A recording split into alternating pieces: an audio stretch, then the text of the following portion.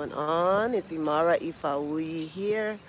Find your free. I wanted to talk a little bit today about the videos I've been seeing. I was trying to actually put together a StreamYard for you guys where I was going to put some compilations of TikToks up, but I don't know, StreamYard was acting funny and wouldn't let me go live. So, with that being said, I can't play anything because I'm just out here on my phone. But I wanted to get in and talk a little bit about what I've been seeing because there's so many people that are on, particularly TikTok, talking about their exit and their Blaxit in particular for black folk. And, a lot of us are going to different parts of the world right now. I'm seeing a lot of us headed towards Kenya. I'm seeing a lot of us heading to Thailand. Thailand seems to be like, you know how Mexico was back during the pandemic. Everybody and their mom was fleeing to Mexico. Well, the new Mexico is Thailand, from what I can see. Um, so and then I can see why, because Thailand has a high quality of life for a very low cost. So a lot of us are just trying to, think outside the box and really set ourselves up to be able to have more in the future by spending less now, right? And so Thailand is just giving you all of that. You're getting high quality food. You're getting, I don't know about the culture outside of the Thai culture in terms of like, how internationalized culture is. You have access to, things that would be interesting to you as someone from outside of that culture. I'm not sure.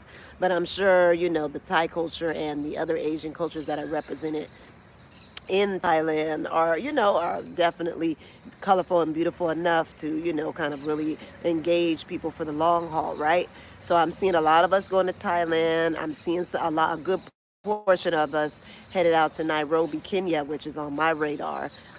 Just because at this point we need to have multiple places we're looking at where we know we can have some kind of a safe haven in these locations if there is a need to migrate, which right now, with the way things are looking in the U.S., it's time to migrate for a lot of us. Not all of us. I mean, for me, I have a background where I have an understanding that my ancestors are indigenous to the United States.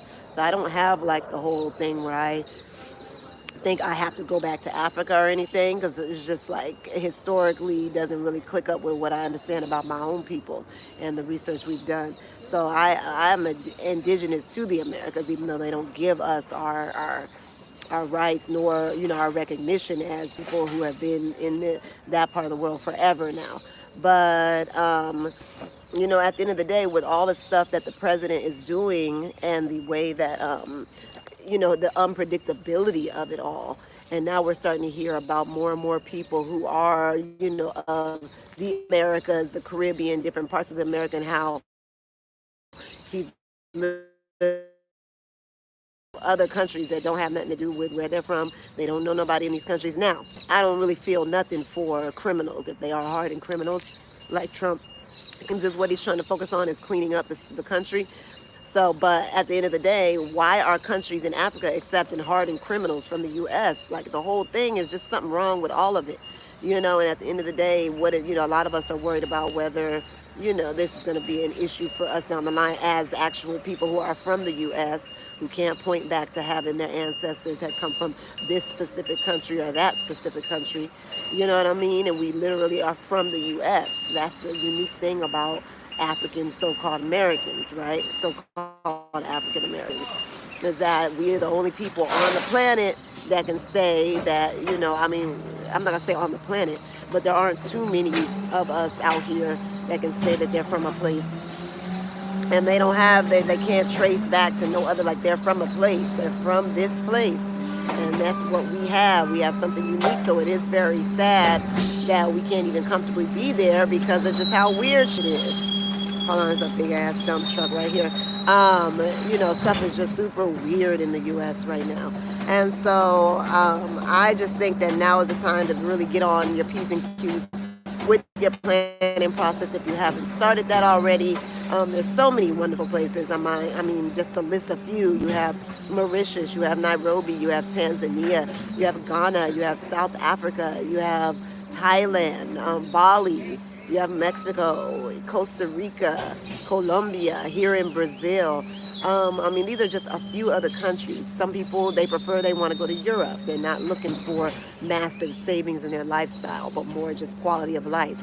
So they choose the continent of Europe and pick one of those countries. I mean, you have Morocco, there are so many beautiful countries in the world that will accept us, that yes, you do have to manage and figure out how to get your residency sorted out, whether you're buying into that, or or if you're just getting like a temporary thing through a digital nomad visa or whatever. But at the end of the day, you got to have some kind of a backup plan at this point, even if you're not ready to leave the US right now. It's not time to be sitting up being too comfortable. It doesn't look like this president is going to allow folks to be feeling too comfortable and sitting on their hands no more. Like, you have to have a backup plan and have to be ready, with your passport and everything, to make moves on a dime if you need to, because it's just that serious right now. You know what I mean? Shit is just that serious. So, these are some of the things that I think about, as I'm looking at, the different YouTubers and the different people who are just like trying to get the heck out of the States. Are planning, people are literally, going from one moment living in the US, having rentals, owning homes, everything else, and within months, selling everything, wrapping everything up, closing out everything, taking their children out of school, and also saying goodbye to their loved ones and packing it out of there. Now, even if you just do it temporarily, just until things blow over and we see, what moves this fool's gonna be making and how things are really gonna be looking down the line, um, that's one thing. But folks, I just feel like at least have a plan B, at least have a plan, a plan B and a C about places that you will go to, seeing what the cost of living, you let Chat GPT help you if you need to. Try to get as much information about the places you can, figure out what it would look like for you to go out there if you have a family, with family, what are there going to be the particularities of residency, in that place. How can you stay long term, because don't nobody want to be jumping from country to country unless with kids, unless they just like that lifestyle. I never did. I've been traveling and living international. Peace, potato queen. Living internationally with my children for over, since my daughter was one, so like 20 years now. And we weren't always international. Sometimes we would be, in the States a little bit here and there. Definitely some of those years we were in the States, but I never really had a thing where I would just be, in the US for long term at a time. I'm always kind of like more along the lines of either in the Caribbean somewhere, or like lately it's been a lot of Brazil where we are now. And then before that, we were in different countries. So, at the end of the day, if I can do it, other people can do it, and enough of us are out here doing it. So you don't have to feel like it's not something that can be done just because you have children or you have a family. I mean, obviously, you want everyone to be as much on a common accord as you can have it.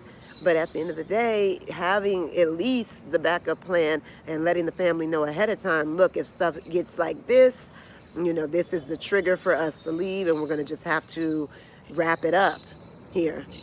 And, I'm not into the fear mongering. I do see a lot of the videos here excuse me, I see a lot of the videos here on YouTube and on TikTok and stuff, and it's a lot of fear mongering. There are things to be concerned about in terms of the U.S. and what is going on. The different agendas that are being laid out, the way that the president, so-called president, is instigating and doing things and undertaking things without really the proper checks and balances. He don't give a F about no constitution. He don't care about people's rights. It ain't no, like, what he is doing is running his agenda, and that's it. And so anyone who gets behind it gets behind it. But as we see, a lot of Americans and people are not behind him now. He's losing a lot of his constituency. He's losing a lot of those people that were, kind of mindlessly following him at this point, because it's just bizarre. Like, all this chaos, just a wrecking shop, like all this chaos. And he's only been in office a few months. So, saying all that to say, get your plan B, get your plan C, have that there, have your triggers that will trigger, like the response of shifting out of the country if you need to. and be ready. And if you are drawn to where I am, for instance, I'm in Sao Paulo, Brazil. I've lived here and I've lived in Bahia, Brazil, up north by Salvador and in those areas. If you are especially black and you want to know what it's like to be a black person in Brazil, because we hear about Brazil racism and all that stuff, but it's a different experience, and you need to hear from people who are experiencing and have lived here.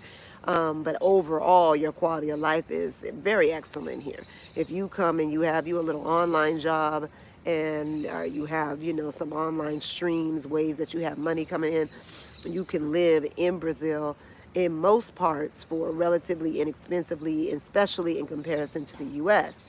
Now, I live in Sao Paulo. I live in the most expensive part of Brazil, and it's just higher end. It costs more. It's just a huge metropolitan area. Um, the amenities that you get here are through the roof. It's a great quality of living, and you pay for it. You still aren't paying what you would pay to live somewhere like shit, even Atlanta or even Miami or anything like that. It's not. I mean, you can't live. The U.S. is so inflated right now. I mean, places that used to be affordable, like New Orleans and places in the South and stuff like that, you can't even be in them places comfortably anymore. Back in the days when I was living in Atlanta, because at one time I was pretty based in Atlanta, for a couple of years or whatever, and that was around 2004.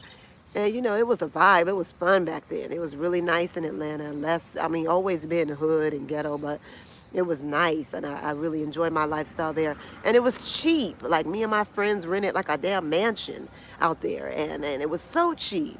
And now it's like you can't, like, the inflation, the cost of food, the incredibly chaotic political scenario, the situation there, wondering, if you're going to be safe going into the future with them, wondering if your kids is going to be able to go to school, because as much as I don't like public school and never have and barely have my children in public school, a lot of people are not going to be able to afford private school. So I don't know if their plan is to do more of a, I don't know what kind of charter. I don't know what their plan is, but the president's going after the public school system, going after this. Obviously, this is a huge thing with immigration and trying to ship off people who are not from, or deemed as criminals, shipping them off places. So it's like he's like clearing the place out really, really, like, vigorously and really quickly with a lot of like chaotic energy, and we don't know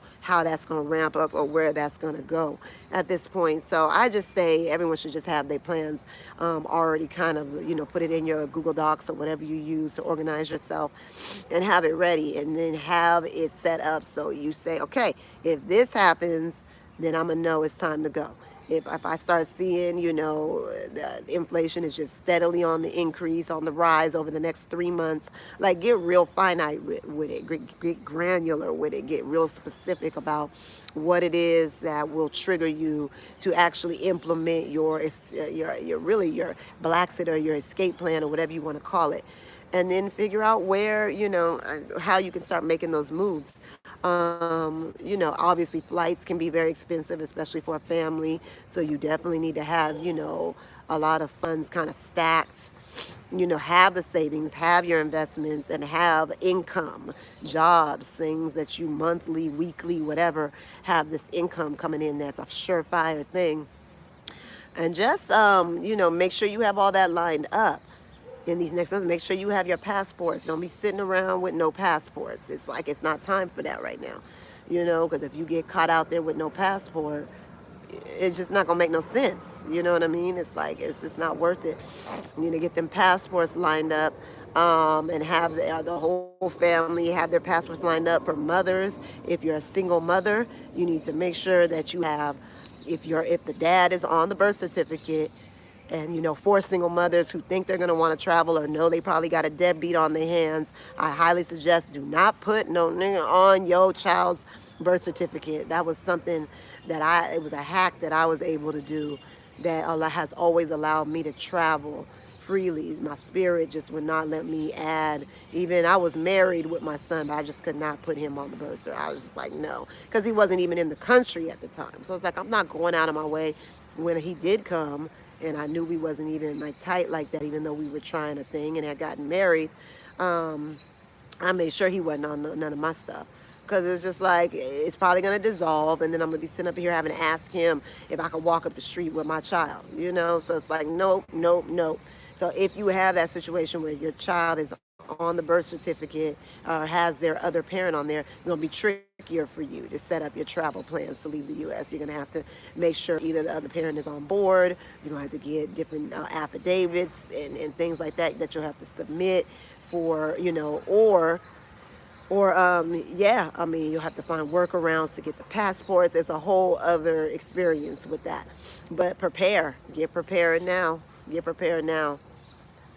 Peace, Mama Nee. What's up, girl? Hey, hey, I never see you on here. You got me all excited. Girl, yes, honey. We on here building because I've seen they doing the Blaxit. A lot of us is leaving. So I'm like, well, if you are leaving, we can help you. We can support for sure. I'm going to put my links below, y'all. So if you are interested and in, just leaving for a little while until things cool down, you can hit me up at my links. Please drop your email too I'm going to be posting my email newsletter link down below. So just go ahead and, what's up, girl? What you laughing at? Just go ahead and hit me up there. Oh, I forgot something for you too. I need to go ahead and handle this morning. But yeah, what's going on with you? Yes, Mama Nee, you on a whole different beat with this. You like stay here.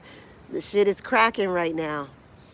All I'm seeing is a lot of nervous Americans, especially brothers and sisters on TikTok and everything. So I'm just appealing to those who are, thinking they want to, and most of us don't go and stay gone. Hopefully things will kind of ease a little bit, the inflation, things will kind of normalize and restabilize. But you just got to your office, okay. Yeah. Well, anyway, so when I get off of here, I'm gonna do my thing for you because I didn't do that yet this morning. I'm running around trying to get ready to work. I'm actually about to jump on to work now. But yeah, that's it, y'all. Hit me up if you have any questions. Like I said, just single moms, especially if you got anybody else on that damn birth certificate, you're gonna have to do some workarounds. So get ready and start researching all of that ahead of time. You prepping. I'd like to hear more about what you preparing, girl.